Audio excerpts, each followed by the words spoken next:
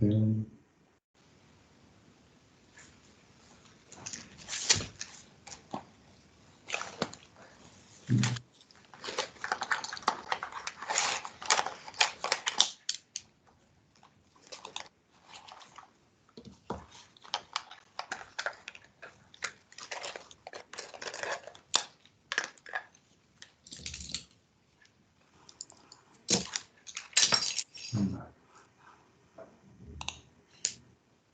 Bueno, vamos a compartir pantalla. Vale, ayer nos quedamos en esta diapositiva. Bueno, pues entonces, la patología reumática veíamos ayer como resumen que era un problema que solía dar dolor, que tenía muchas veces causas inflamatorias, que producía una degeneración de los tejidos, que normalmente lo más visible era a nivel articular, que también era muy habitual que fuese provocando una limitación en la movilidad, que la degeneración era progresiva, cada vez va a más, y que también es habitual que se produzcan brotes. Digamos que la enfermedad esté más o menos estable y que de vez en cuando pueda haber algún brote o algún empeoramiento.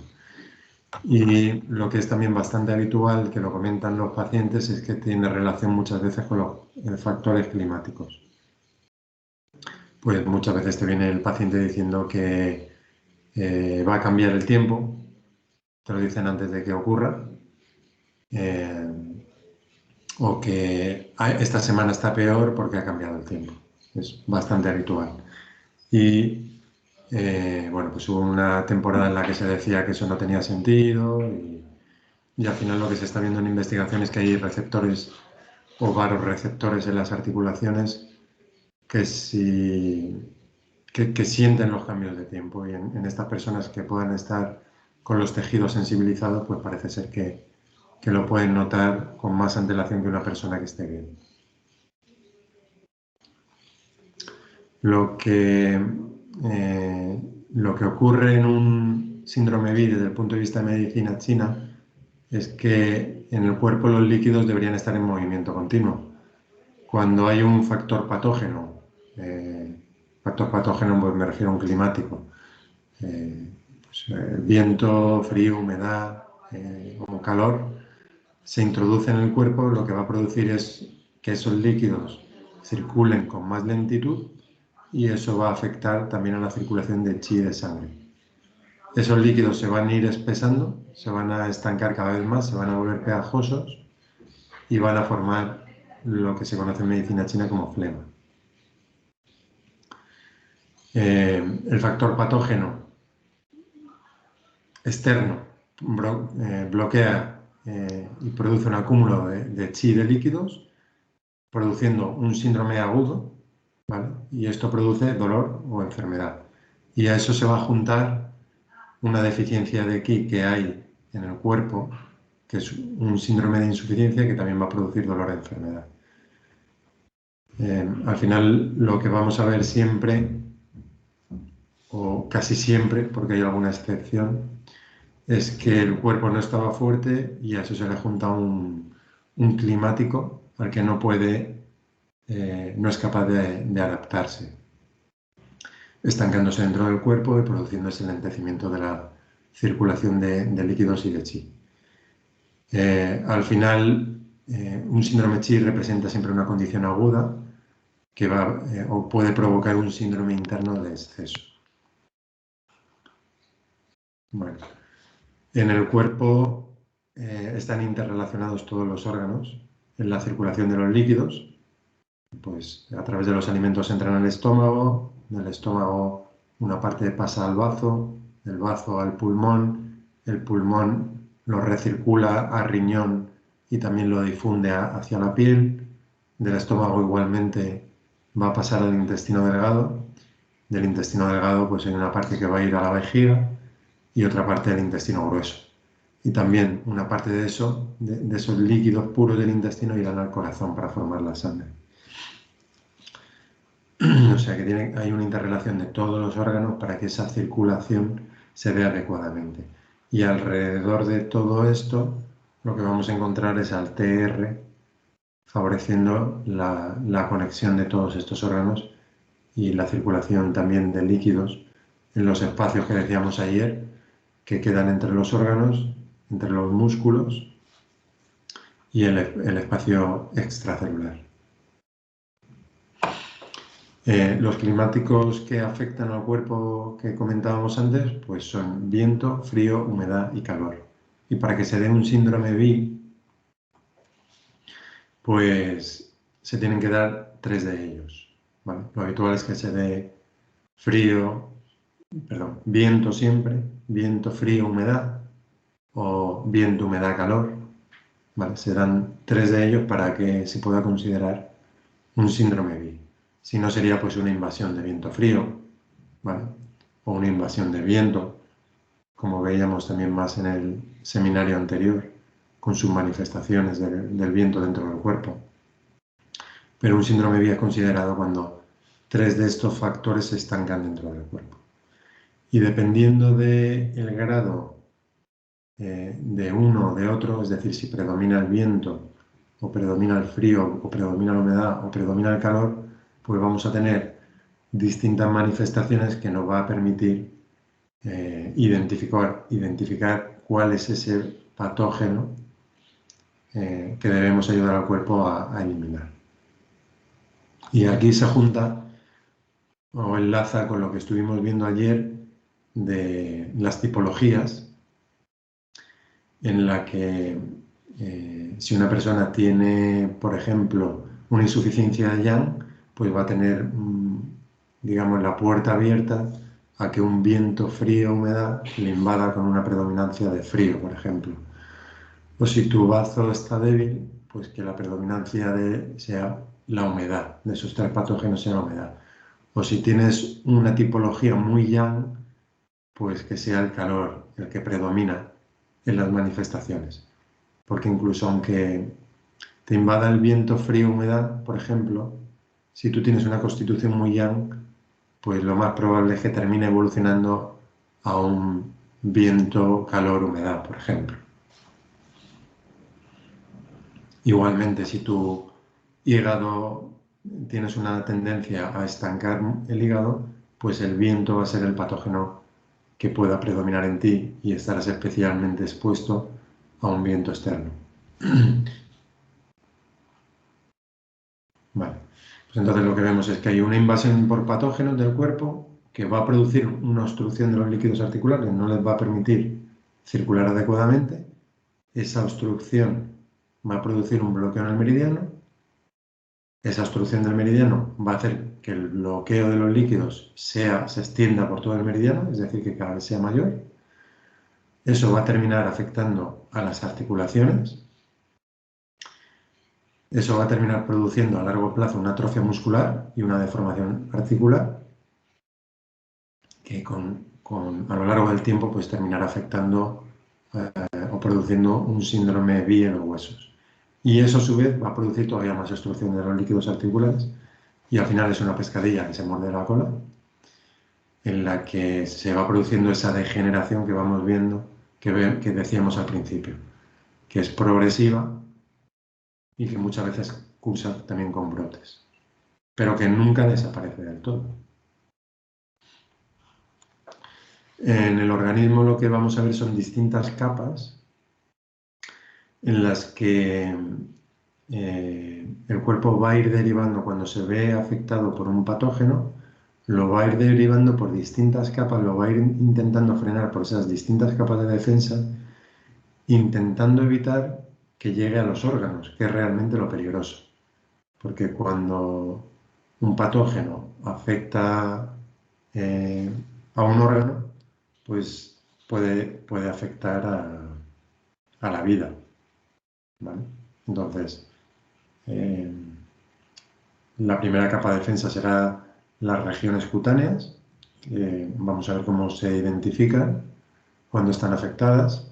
Luego tendríamos pequeños lugos superficiales, que muchas veces son visibles.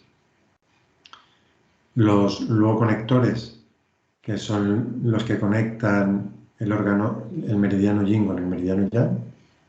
el tendino muscular, que tendrá otras características, ¿vale? Que creo que ya los habéis visto con Raúl, aunque vamos a intentar darle una vuelta de tuerca.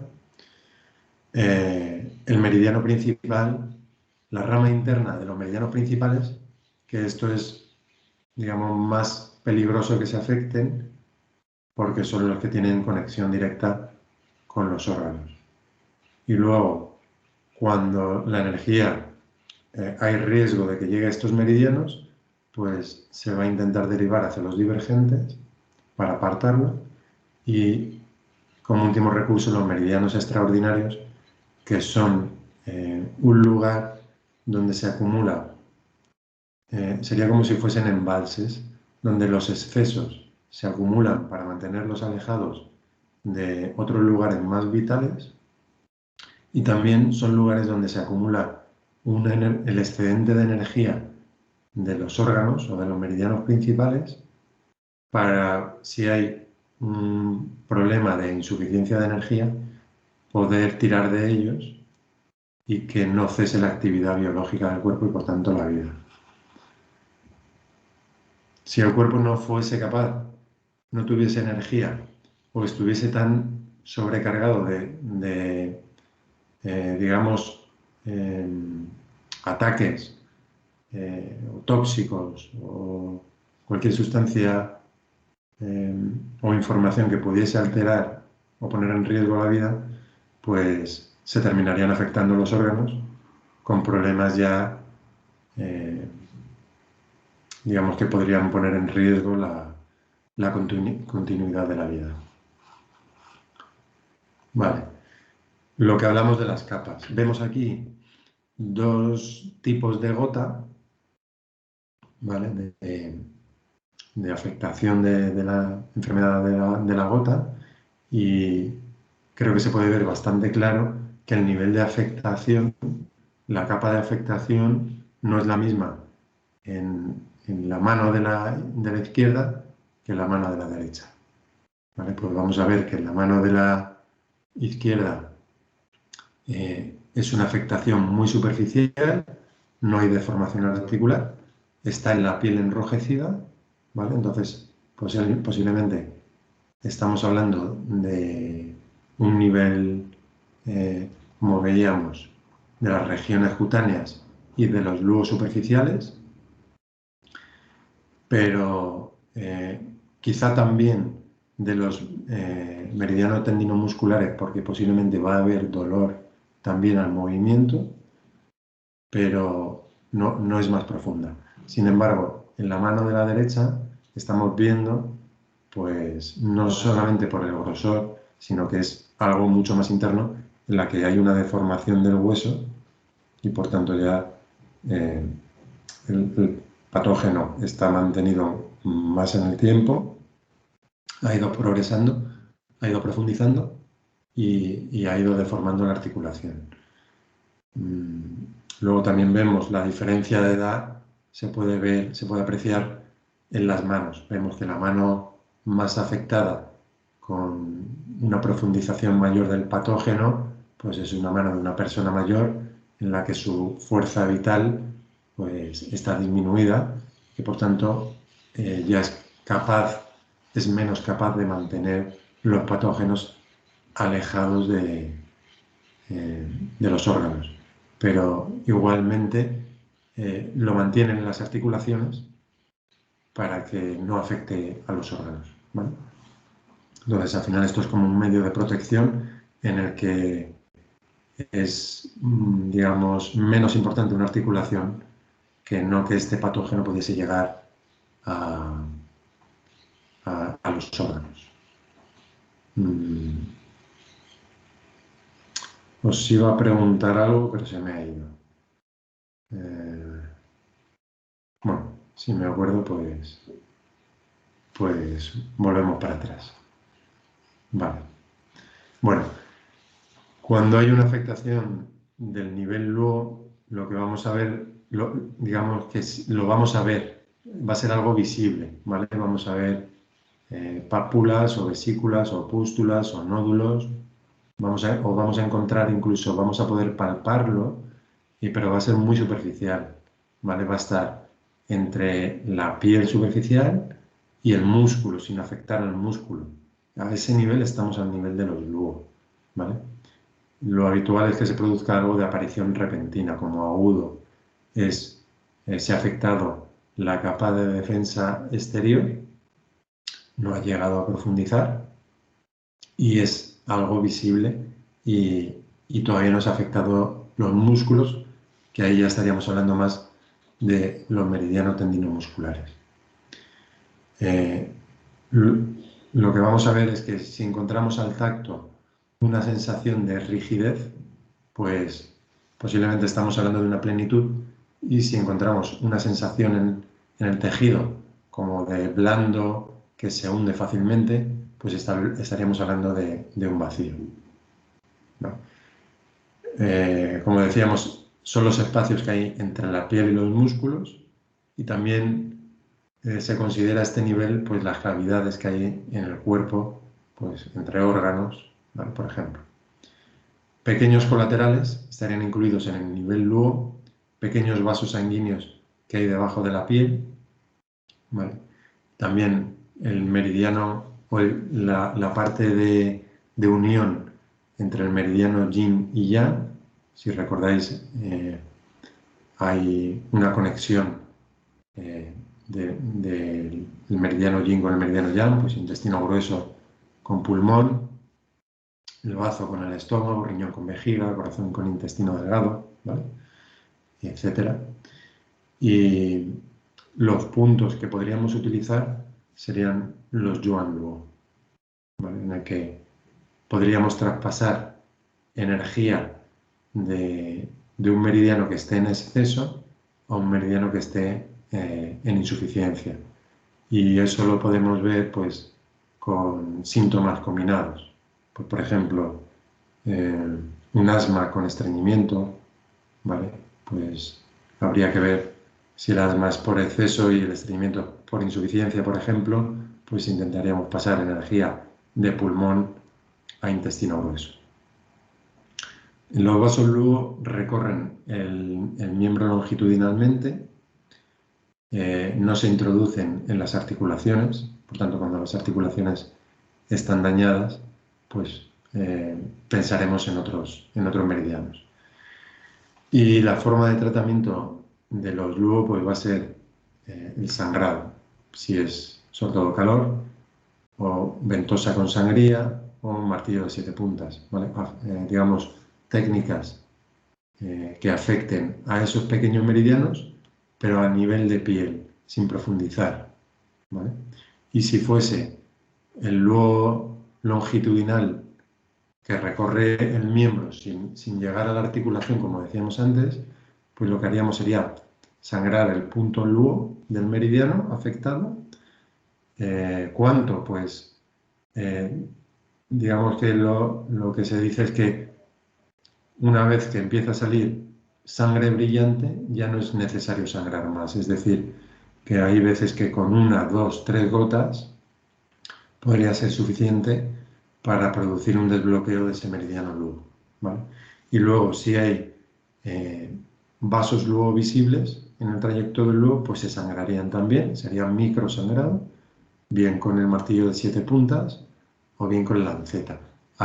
¿Conocéis el martillo de 7 puntas?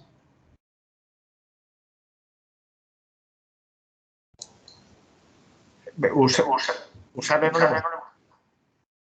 No lo habéis usado, pero lo conocéis, lo habéis visto. Lo hemos visto en libros. Vale. ¿Liu nunca se ha llevado ninguno? Yo no lo he visto. Vale. Bueno, pues intentaremos en el seminario presencial tener alguno para ver cómo se utiliza, porque a pesar de que tiene 7 puntas y uno puede pensar que es como muy agresivo, la realidad es que no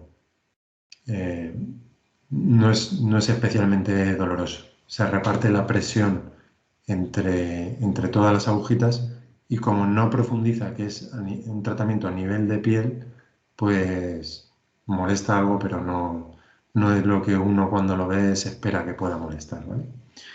Vale, pues una vez que en ese luo que recorre el miembro, hemos sangrado el luego, hemos conseguido que salga una gota de sangre brillante, hemos sangrado cualquier vaso visible, que podría ser, por ejemplo, las arañas vasculares que pueda haber en la zona, o pequeños vasitos enrojecidos que pueda haber en la zona, ¿vale?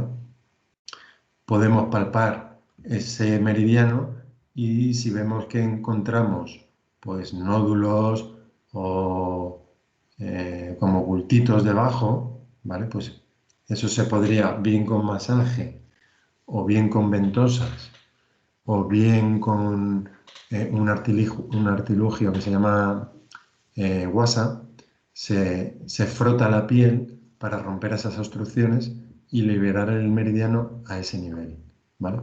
Entonces, por ejemplo, en, en la mano de la izquierda, ¿qué se os ocurriría hacer? Primero, estamos de acuerdo que en principio lo que se ve y sin preguntarle a la persona si le duele el movimiento, lo que pensamos es que está afectado, pues, la región cutánea y los pequeños lugos superficiales por la inflamación, ¿no?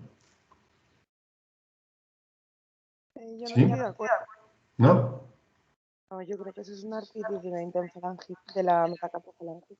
No te he oído. Repite, por favor. Que a mí me parece o sea, bueno, igual no se ve bien en la foto, pero me parece que es una artritis de la metacarpofalángica.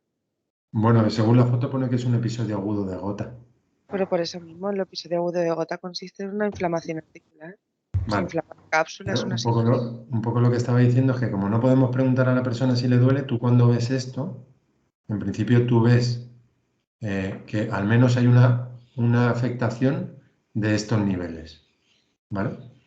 Una vez que la persona te dice, me duele también al movimiento, tú ya puedes pensar que están afectados otros niveles, pero me refiero viendo la foto, sí que se ve claramente que hay una afectación a nivel superficial, al menos. Que no digo que no pueda verla también para abajo, más profundo, ¿vale?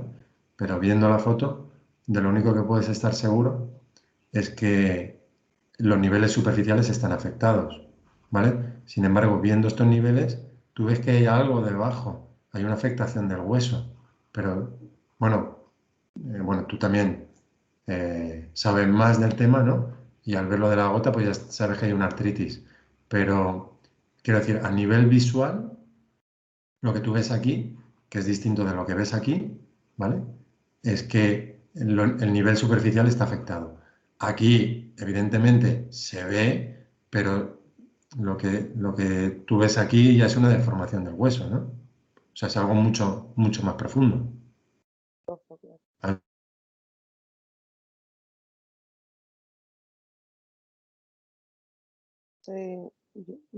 para mí se ha parado. ¿Me oís? ¿Me oís? Sí, Lola, Hola, yo te Lola, oigo. sí, yo a ti te oigo, sí. Ahora se me Se le había ha parado Sí, totalmente. se le ha parado a Rubén. Ah, Buenos vale, días, vale. Leo. Hola, buenos días, chicos. Es que no quería interrumpir. Buenos días, Leo. Buenas.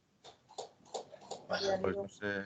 Pues escribe Leo, llámale, porque igual el pobrecito sigue hablando.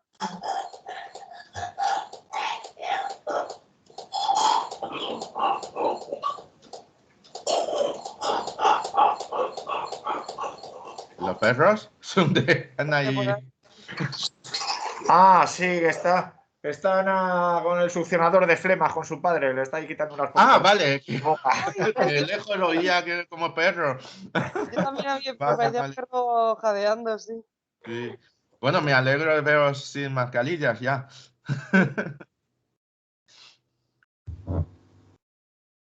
Bueno, me está diciendo Rubén que está intentando entrar de nuevo.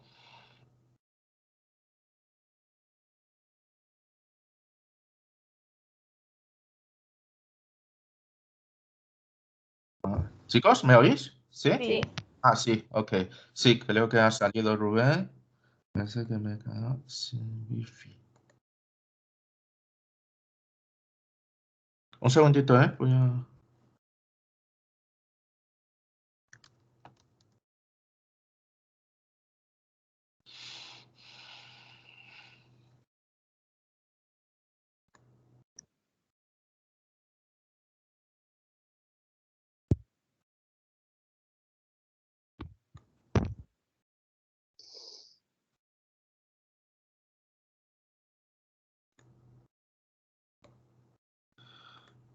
Bueno.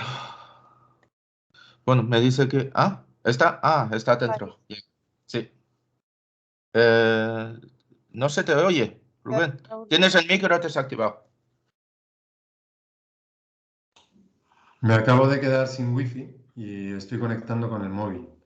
Entonces, bueno, como tengo todavía gigas, creo que no va a haber ningún problema. De todas maneras, ahora en el descanso, pues intentaré solucionar el problema del aparato. No sé qué ha ocurrido. Vale, que continuamos en este enlace, Liu, porque al final no ha habido enlace nuevo. No, a ver, de verdad, se me pasó. Ayer terminamos tarde Vale. y ya se me ha pasado. Vale. Pero fíjate que cuando leí los mensajes, digo, voy a crear este enlace y luego ya os he visto que aquí dentro. O sea que yo hasta ahora no sabía, después de todos estos años organizando la clase online, no sabía que se puede reutilizar el mismo enlace. Así que bien. Yo, como no lo sabía, lo hice porque no lo sabía. Claro, nunca he probado de decir, pues mira, utilizar el mismo enlace, pues es que así es menos jaleo, la verdad. Pero bueno, no lo sabía. Lola, sí, coméntalo antes, que además como tú controlas mucho mejor este tema, lo de la imagen, es que antes como también se te entrecortaba, no te entendía muy bien. No, que decía que, claro, es verdad que es cierto que sin saber antecedentes del paciente, sin tener al paciente delante que te diga si le duele y sin poder palpar, es verdad que lo que se ve en la foto es una inflamación roja encima de la... Pero claro, si ya sabemos que es una artritis gotosa y que es un episodio agudo de gota, ahí hay inflamación de la cápsula articular, o sea, es una sinovitis porque salen los cristales. Entonces, en verdad no es tan superficial porque está afectando, aunque no deforme, porque no todos los episodios de gota son deformantes, Claro. está afectando a la articulación, a la cápsula articular y por eso decía que es superficial. Sabiendo que es una gota superficial, no es. ¿Cuál va a ser los síntomas característicos que va a decir esa persona? Va a decir que le duele mucho, que es un dolor muy agudo, que le molesta cuando le roza cualquier cosa, incluso cuando con el roce de la sábana, que es tanto de día como de noche, que no le calma con el reposo y que tiene sensación de calor local. Vale, ¿y el movimiento le agudiza el dolor? Sí. Vale. Debería, sí. Vamos a ver que hay otros niveles ahí afectados, que sí que es verdad que con la información que pone la gota tú llegas a esa conclusión, que desde luego es así, pero que si solamente viésemos la mano, pues pensaríamos, lo único que se ve es que a nivel, lo que está afectado es el nivel superficial. ¿Vale? Se me ocurre que en la gota eso puede ser si tuviera un tofo cutáneo, porque el tofo del dedo es efectivamente que deforma el hueso, deforma la articulación y se queda deformado. Pero hay algunos tofos que son solo a nivel superficial y eso se pueden también inflamar. Entonces se me ocurre que eso puede ser uno de lo que estamos hablando ahora. Eso es. Porque ahí no está afectando la articulación, ¿no? Está debajo de la piel. Eso es superficial. Pues ahí estaríamos hablando de este nivel. ¿Se ha cortado? Un instante. Vale. Pero yo Me ha entrado un solamente... susto y luego digo, ya te he visto hablar. Vale. Bueno, no sé qué ha pasado. Ya la segunda vez que se me rompe el wifi esta semana. Afortunadamente ya tenía preparado el móvil. Pero bueno, a ver si luego lo puedo solucionar. Creo que tengo tarifa suficiente como para poder aguantar toda la clase, pero vamos a ver. Vale. Vamos a dar más sustos. Vale, se ve la diapositiva, ¿verdad? Sí. Bueno, igualmente vemos aquí manifestaciones a nivel luego, que como bien ha dicho Lola, no significa que el problema esté únicamente en el nivel luego. ¿Vale? Pues vemos aquí posiblemente un esguince y vemos a nivel superficial un estancamiento de sangre y una inflamación, ¿vale? Que evidentemente el tendino muscular se ha visto afectado porque ha habido una torsión, ¿vale? Pero hay una manifestación en lo que es el nivel superficial. Vemos aquí de un herpes zóster, pues toda la manifestación a ese nivel, pero evidentemente debajo también hay un problema. Y esto deben ser los tofos que decías, ¿no, Lola? Pues puede ser, Lo de sí. los codos. Esto es Ajá. una foto que sí que puede ser un tofo, sí. ¿Una qué, perdón? Que sí, que la foto a mí también me había parecido que podían ser tofos, sí. Vale, pues eso. Los ¿vale? tofos son blandos, ¿verdad? Bueno, son más bien duros porque en verdad son depósitos de los cristales. Lo que pasa que al inicio, cuando son muy, o sea, que van saliendo poco a poco, pueden ser más blanditos, pero luego se termina haciendo duritos porque son piedras de cristales. Vale, que es lo que hablábamos. Y los que sale así como una especie de bulto grande, bastante voluminoso, pero que es blando, ¿esto cómo se Eso es llama? una bursitis. Una Ahí hay bursita, pero por ácido úrico. claro, sí, como hace artritis, hace también bursa, inflamación de las bursas. Vale, y eso no son tofos, claro. Vale, ok. No, pero puede haber un tofo ahí. O sea, puede ser, También, ¿no? O sea que claro, puede combinar las dos cosas. claro, que haya un tofo a nivel de cutáneo aquí, se inflame el tofo y eso haga una bursitis porque está al lado. Ajá. Porque roza a lo mejor con la bursa. Porque roza con la bursa o en el mismo episodio inflamatorio por liberación de cristales del tofo. Vale. Vale, pues un poco lo que acabas de comentar, de que lo habitual es que al principio esté como más blandito y luego vaya endureciendo, es lo que comentábamos de cómo esa circulación se va entorpeciendo, ¿vale? Y se va densificando esos líquidos, provocando cada vez, digamos, que esos líquidos se vayan transformando en flema, ¿vale? Por ejemplo, esto que se ve aquí en el dedo, ¿vale? En medicina china es flema, ¿vale? Entonces, esos líquidos que se han ido densificando, que han ido provocando una deformación articular, son considerados flema. Por tanto, si es flema, ¿lo podemos eliminar con acupuntura?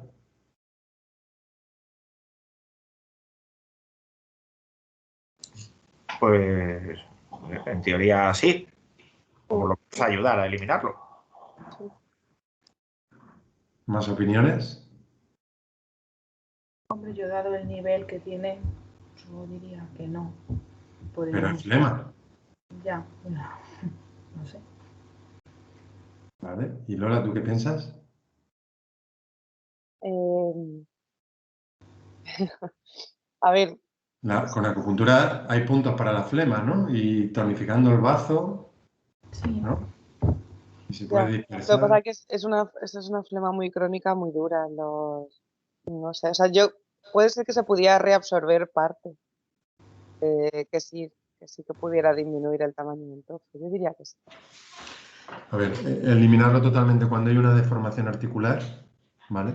Pues bueno, a lo mejor aquí el tofo y tal, a lo mejor aquí estamos viendo, no lo sé, confírmanoslo tú, Lola, que sabes más. Aquí a lo mejor no es puramente deformación articular, sino un acúmulo de sustancias, ¿no? Claro. Que pueda tener posibilidad en parte quizá de reabsorberse. Pero cuando vemos articulaciones deformadas, estamos hablando de flema, pero es algo que ya no vamos a poder cambiar, ¿vale? Lo que sí que podemos influir es que no se siga formando flema y no siga deformando todo el resto de articulaciones, o que no siga la progresión, ¿vale? Pero una vez que una articulación se ha deformado, pues eso ya difícilmente lo vamos a poder cambiar, ¿vale? Y sobre todo a nivel de dolor también. A nivel de dolor sí Exacto. que podemos, ¿vale? O sea, yo muchas veces cuando me viene un paciente, a ver, y una imagen así, la verdad que no, nunca he visto, pero deformidades de manos, o sea, no solo por gota, por artritis, claro, o sea, yo le digo, pues mira, yo lo que te puedo ayudar es, primero a nivel de dolor, a nivel de inflamación, ¿vale? A nivel de deformación, lo deformado no se puede volver, pero si tienes menos inflamación y menos dolor, puedes tener más movilidad articular y eso te va a permitir que la deformación no o sea, progrese menos. Y claro, la gente sabiendo esto, o sea, sabiendo lo que tiene y con lo que puedes ofrecer, se conforma. Claro que al final el síndrome BI, lo que estábamos hablando, que era una mala circulación de los líquidos. Si consigues una mayor movilidad y una mejor circulación de los líquidos y en una progresión cuanto menos más lenta. Si es que no la consigues parar del todo, por lo menos la progresión va a ser más lenta, ¿vale? Entonces, no es igual pillar a una persona en este estadio que en este, ¿vale? Pues aquí podrías incluso llegar, bueno, que creo que se ve el ratón y sabéis Sí, a se cuándo me ve. refiero. Vale. Eh, Aquí podríamos, en el que no vemos una deformación todavía, podríamos conseguir una mano totalmente funcional y que no llegue con los años a esto, ¿vale? Pero en esta persona, pues, por lo menos detener el dolor y que otras articulaciones no sigan la misma evolución que este dedo. Lola, imágenes así, ¿tú lo sueles ver en consulta? Sí, ¿Sí? sí. Y Estaba buscando justo en internet radiografías para que veáis lo ya, que... pero a ver, yo siempre he pensado porque esto es antiguamente, o sea, ahora ya con el sistema sanitario como tan cubierto, o sea, cómo la gente puede dejar que esto progrese tan avanzadamente. O sea, yo siempre he pensado esto puede ser, pues antiguamente, pues no se trataba, no se le prestaba atención, pero que ahora, no sé, no se dejaría progresar tanto, ¿no? O sí. Normalmente, justo los pacientes gotosos normalmente suelen ser malos pacientes, ¿Por qué? porque muchas veces están influidos, muchos de ellos tienen una alimentación muy mala, Alimentación, ajá, con, suelen tener un consumo de alcohol elevado. Obviamente no todos, por supuesto, se puede tener también una gota muy pequeña, o sea, que se controle bien y tal, pero normalmente esos son pacientes como desorganizados, que ya son desorganizados de por sí. Entonces la gente deja de tomarse el tratamiento o no le da importancia. Como los brotes de gota, al principio, la verdad que funciona muy bien con antiinflamatorios, tipo ibuprofeno y diclofenaco y así, pues siempre tienen antiinflamatorios en casa y en cuanto les duele algo se toman un par de días de antiinflamatorios y se olvidan. Y hasta el siguiente brote. Claro, y luego, no, hasta el siguiente brote no, o sea, no, o sea, sí, pero que luego sigue su Claro, vida así los malos hábitos, ¿no? claro, eso Claro, es. Entonces, muchas veces, o sea, es verdad que quizá antes se veía más, ahora tenemos tratamientos que bajan el ácido úrico y evitan la progresión tan bestia, pero claro. lamentablemente sí que sigue viniendo gente con tofos tan exagerados. De hecho, en La Princesa tuvimos una paciente que entró por urgencias por una paraparesia aguda, o sea, se quedó sin poder andar de forma aguda y cuando se le hizo la resonancia tenía un tofo en una vértebra que le comprimía la médula. Madre mía. Sí. ¿Y qué es lo que hace el alcohol en estos casos que has comentado que suelen ser consumidores de alcohol habituales o algo así has dicho? Sí. El alcohol tiene muchas purinas y las purinas son las que no tienen una buena eliminación en el organismo y terminan como cuando eliminas las purinas termina formando ácido úrico y ese ácido úrico se eleva en la sangre. Entonces Vale, el alcohol tiene muchas purinas y es uno de los alimentos que se restringe cuando... Vale, porque desde el punto de vista de medicina china, el alcohol El lo que produce fuego. es humedad, Mm, humedad, calor, claro. claro. Claro. Entonces, bueno, En realidad todos los alimentos, o sea, los típicos esto, cardo de huesos, cualquier alimento así tipo que está allí cociendo mucho el alimento, o sea, sobre todo que tiene contenido graso y cocinando durante mucho tiempo es cuando libera más la purina. muy bien. Estaba pensando, Lola, que cuando estaba comentando lo de que las personas suelen ser precisamente como desordenadas en la vida, no son muy disciplinadas, esa actitud precisamente también es humedad en la medicina china. Y entonces, tratando la humedad, de las articulaciones, es decir, la humedad generalizada, también se puede hacer que a nivel de comportamiento es como que tuviera más disciplinados, más enfocados, no tan dispersos, ¿no? Claro. Estoy hablando siempre de personas con gota, o sea, por alimentación o personas más jóvenes. Luego hay muchas personas que tienen episodios pequeños de gota cuando ya son muy mayores, porque al final pues, tienen un pequeño fracaso renal, el ácido úrico se tiende a Claro. acumular, el riñón no lo elimina bien y tiene pues gota, pues por ejemplo, porque usa diuréticos y tal. Esas personas no suelen llegar a tener, también tienen gota, pero no suelen llegar a tener esas deformidades de las manos. Esas grandes tofos y esas deformidades de las manos sobre todo les pasa a gente joven que tiende a ser desorganizada. Pero, por ejemplo, la imagen de... Rubén, ¿puedes pasar la imagen de antes? Si la imagen está tan espectacular, la figura de todos. Sí, sí. ¿Cuánto tiempo crees que puede llevar ya acumulado? Años. ¿Cuántos? Años, pues Ya, pero ¿cuántos? más de 5, más de 5. Más de 5, ¿verdad? Y eso es mucho, mucho, mucho tiempo. Claro, es que ahí está la cosa, o sea, el permitir que esto se forme y progrese y que durante 5 años no reciba o no realice un tratamiento o cambie estilo de vida, pues es que ese hecho de no atenderlo durante todo este tiempo también, también es patológico. Claro. Y la medicación como la colchicina, ¿no? Que se utiliza para el tema del ácido úrico, eso lo que hace es que se mantenga, o sea, que no se mueva de sitio. ¿O qué es lo que hace la colchicina? La colchicina es un antiinflamatorio y lo que baja es la inflamación articular. Se utiliza en el brote agudo cuando hay inflamación articular y también se utiliza como tratamiento de mantenimiento porque lo que les suele pasar a estos pacientes cuando ya tienen acúmulos de tofos es que cuando empiezas a darle alopurinol, que es alopurinol o cualquier otro fármaco, que lo que hace es bajar el ácido úrico de la sangre y mantenerlo bajo, los cristales articulares empiezan a reabsorberse de forma muy lenta, pero empiezan a reabsorberse. Entonces, al reabsorberse los cristales de las articulaciones pueden salir y provocar brotes de gota. Entonces, los pacientes asocian muchas veces que empiezan la medicación que baja el ácido úrico y tienen brotes de repetición. La colchicina ahí lo que hace es como un efecto de mantenimiento para evitar estos brotes cuando empiezan a bajar el ácido úrico hasta que se estabiliza en sangre. Dime. No, que sobre todo se usa en agudo.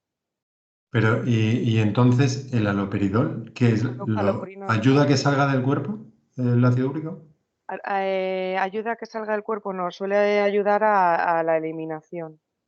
O sea, Entonces, sí, bueno, sí, claro, sí, perdón, sí, tienes razón, sí. Vale, Entonces, sí. Pues es un medicamento que trata la humedad. Habría que a lo mejor ver el prospecto, pero a lo mejor podría ser un medicamento que trate la humedad en el cuerpo. Desde este punto de vista, me refiero. Ya. Sí, nunca lo había pensado así. Vale. Luego, de todas maneras, al final del día de hoy vamos a ver un poco algunas cosas a tener en cuenta de los medicamentos. Y la verdad que no había caído en la medicación de la gota, lo tendré que mirar y puede ser interesante, ¿vale? Porque sí que es verdad que los medicamentos al final tienen un efecto también energético en el cuerpo, ¿no? Se podría... porque muchos de ellos pues vienen también de plantas o de partes de las plantas, ¿no? Entonces, no solamente tienen un efecto, digamos, de efectos secundarios, que es lo que nos interesará a nosotros, lo que vamos a ver al final de cómo poder ayudar, sino también se podría ver desde una perspectiva energética, quizá. Bueno. Sí, muy interesante. Vale, bueno, pues estábamos en este nivel, ¿vale? Aquí un poco, pues eso, no es fácil encontrar imágenes en el que solamente esté afectado los niveles superficiales, pero al menos aquí, en todo lo que sea visible, estamos viendo que al menos ese nivel está afectado y que lo más probable es que a nivel más profundo en estos casos que vemos aquí, pues en todos seguro que niveles más profundos están afectados. Hay veces que hemos hablado, yo creo que también en el seminario pasado o ayer, y si no hablaremos del calor en la sangre, ¿vale? Esto que vemos aquí es un calor en la sangre, ¿vale? Algo que manifiesta y que incluso formaciones de pus, ¿vale? Un calor muy exagerado que sale hacia afuera, que se intenta drenar a través de la piel. Nos está hablando de un calor en la sangre. Y ayer estuvimos hablando del 10 de bazo, ¿vale? ¿Os acordáis? Para refrescar la sangre, que estuvimos hablando, entre otros puntos, del 10 de bazo. Vale, pues este podría ser un punto que evidentemente no solamente ese punto, pero un punto que creo que sería imprescindible en el tratamiento de esto, que es como muy exagerado, ¿vale? Evidentemente yo aquí o aquí no voy a hacer martillo de 7 puntas, ¿vale? Ni sangrado directo sobre la zona, ¿vale? Me pondré a tratar a distancia, alrededor, pero no me voy a poner a golpear aquí con un martillo de 7 puntas, habiendo todas estas lesiones o habiendo aquí estas ampollas, ¿vale? Entonces, bueno, cuando hay una manifestación muy aguda, pues mejor empezar regulando el cuerpo por dentro, es decir, refrescando la sangre en este caso, ¿vale? O tratando la humedad-calor en este caso y a lo mejor tratando alrededor de las lesiones, pero no directamente sobre la lesión. Sin embargo, en estos casos de aquí no habría problema. Entonces, siempre aunque se pongan tratamientos de sangrar, ventosas con sangría, pues yo no voy a meter aquí una ventosa justo encima, ni aquí, ¿vale? Entonces, siempre ver un poco en algo muy agudo, pues empezar intentando bajar ese fuego a distancia, ¿vale? No nos vamos a acercar para no provocar aquí, si encima le provocamos más inflamación aquí, aunque sea temporal, pues creo que es fácil entender que hay ciertos casos que aunque lo recomendable ponga que sea sangrar y darle con el martillo de 7 puntas, pues en casos así no, ¿vale? ¿Se entiende, verdad? Sí. Vale. Bien. Un nivel más profundo entonces sería cuando llegamos al nivel de los meridianos tendinomusculares, los MTM, ¿vale? En el que ya no hay una manifestación visible cuando es puramente tendino muscular, ¿vale? Porque, por ejemplo, en este caso hay una afectación del tendino muscular, seguro, porque ha sido un esguince, pero nosotros lo estamos viendo. Pero porque lo estemos viendo no significa que el tendino muscular no esté afectado. Es decir, al menos aquí en la capa luego hay una acumulación, pero el tendino muscular aquí está afectado porque ha habido un sobreestiramiento. Entonces, cuando puramente es el tendino muscular, no hay manifestación visible, ¿vale?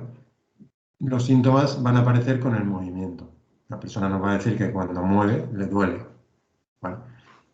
Y si encontramos bandas tensas o nódulos que somos capaces de tocar, lo vamos a encontrar por debajo de la piel. En el caso anterior también había nódulos, ¿vale? Al nivel luo también teníamos nódulos, podemos tener bultitos, pero lo vamos a tocar entre la piel y el músculo. Realmente nosotros estamos viendo que es a otro nivel, no estamos llegando a la capa muscular y eso con el tacto también es percibible.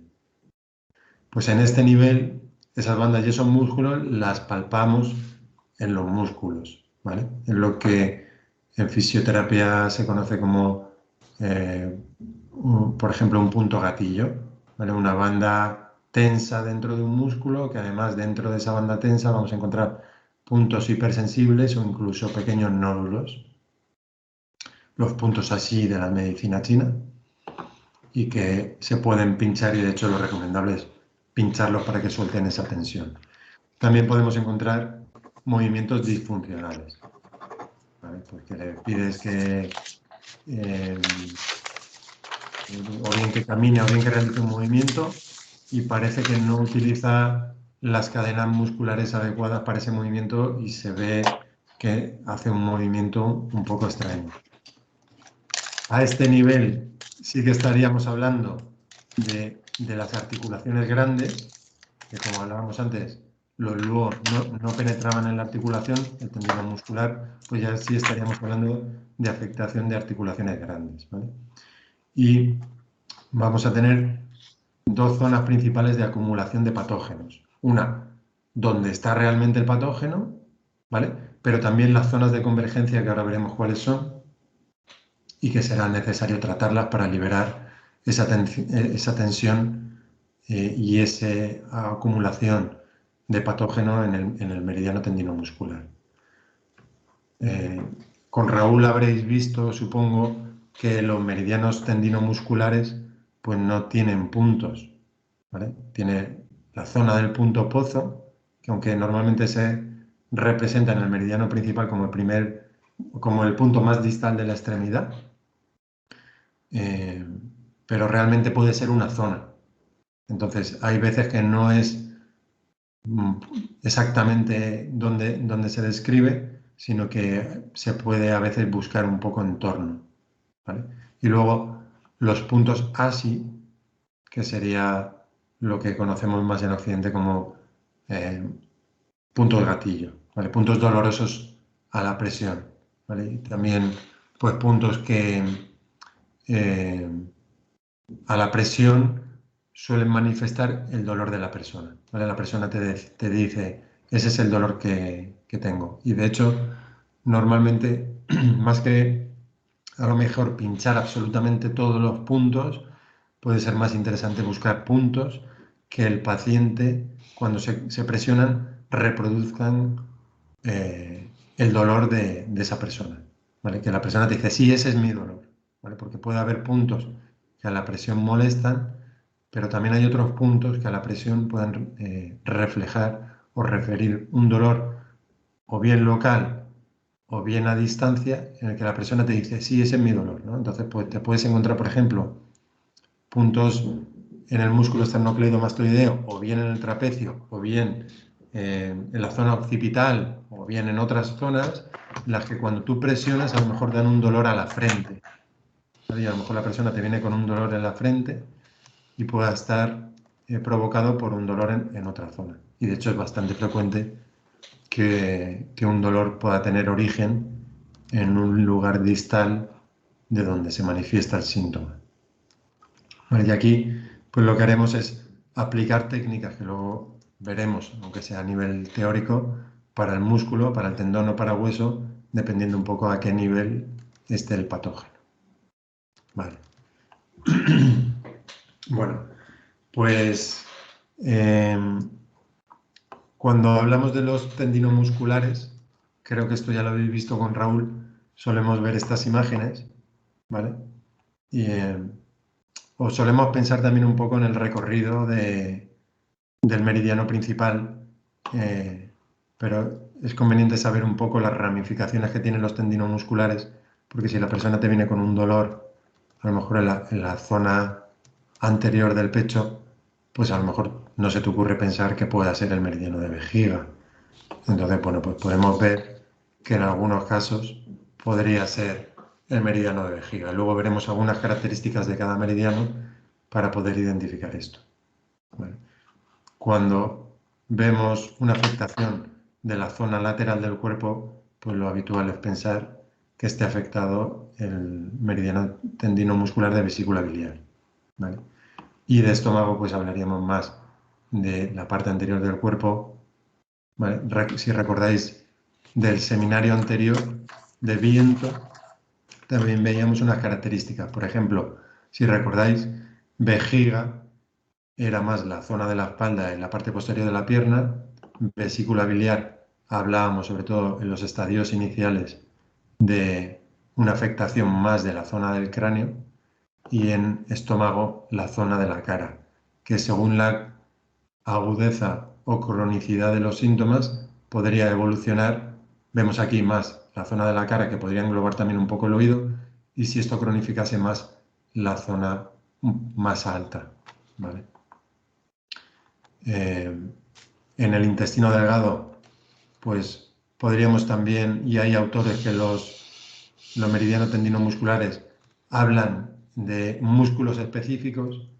Yo creo que hacer una traslación directa de este meridiano es este músculo no tiene por qué serlo, puede ser un error, ¿vale? Pero hay algunos autores que hablan de músculos específicos con meridianos específicos. Entonces, bueno, si hiciésemos esa traslación, pues parece que aquí podríamos estar hablando del infraespinoso, del elevador de la escápula, ¿vale? Bueno, de parte del tríceps, desde luego, igualmente en el triple calentador. Estos autores hablan, por ejemplo, de el TR como el escaleno medio, ¿vale? En el intestino grueso pues te hablan más del deltoides, bueno, cuando hay una afectación a nivel de epicondilitis, pues estaríamos hablando más del meridiano de tendino muscular de intestino grueso, del escaleno anterior, ¿vale? Pero también, si pensásemos solamente o si mirásemos solamente el recorrido del meridiano de intestino grueso, pues no se nos ocurriría que cuando una persona viene con un dolor en la zona de los romboides, pues que a lo mejor pudiese estar relacionado con este meridiano, ¿vale? Entonces, pues eso. Igualmente hay autores que dicen que los romboides pues son parte del intestino grueso. Yo no sería tan categórico, ¿vale? Pero bueno, hay algunos autores que sí que hacen una relación directa. Vale. En el meridiano perdón, es sí. que allí justo es una zona, la zona de romboides es una zona donde solapa muchos meridianos. Igual que hay muchos músculos de muchas dilexiones, ¿vale? Que permite la movilidad de la articulación de hombro y escapular. Pues del mismo modo, pues hay muchos meridianos tendinomusculares solapándose. A nivel superficial es más de intestino grueso, pero a nivel más profundo está intestino delgado, el triple recandador también. Claro. Muy bien. Estos autores también hablan, depende de la capa muscular, si es más superficial o más profunda, un meridiano más yang o más yin, ¿vale? O digamos en las distintas capas, pues Taiyan o Yanmin, ¿vale? Entonces, dependiendo de la capa muscular, pues ellos hablan. Pero bueno, a mí me parece que un músculo puede tener muchas acciones, ¿vale? Dependiendo del movimiento que quieras hacer y de muchas cosas, como para poder decir que un músculo pertenece exclusivamente a un meridiano. Puede ser que a lo mejor alguno en concreto sí, o a lo mejor en algún trayecto de esa cadena muscular, pero dudo que se pueda hacer una relación tan directa. Vale, vemos el tendino muscular de pulmón, ¿vale?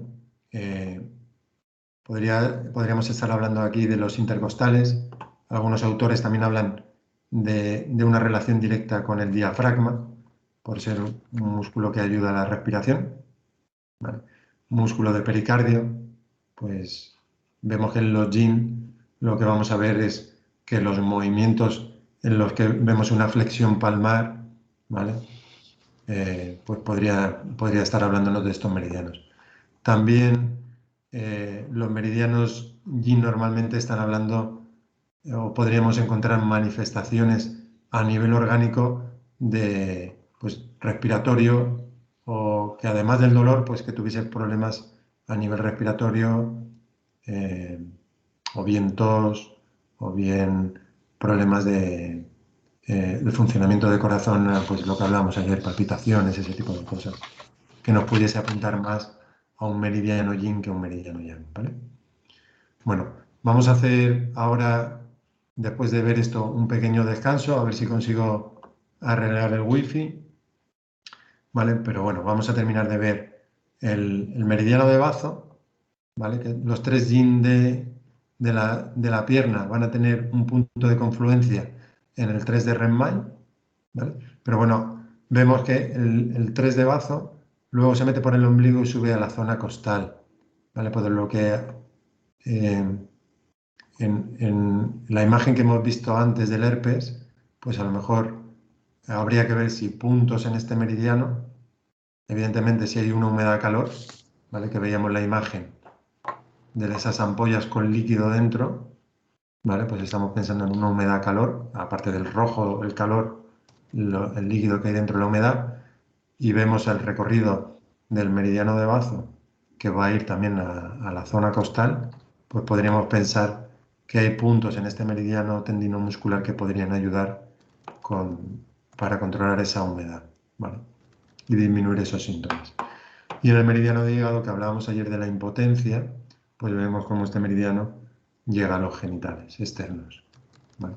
Igualmente, el meridiano de riñón, y luego al penetrar en 3 de Renmai pasa por la columna y sube por la parte posterior del cuerpo en vez de por la parte anterior, que es donde tenemos el meridiano principal, ¿vale? Y estos autores hablan de la musculatura profunda de la columna vertebral, ¿vale? Pues los pequeños músculos que se unen a las vértebras, pues hablan de que eso es el meridiano de riñón. Entonces, cuando hay problemas a ese nivel, buscar puntos a nivel del meridiano de riñón ayudaría en dolores centrales, ¿vale? de columna.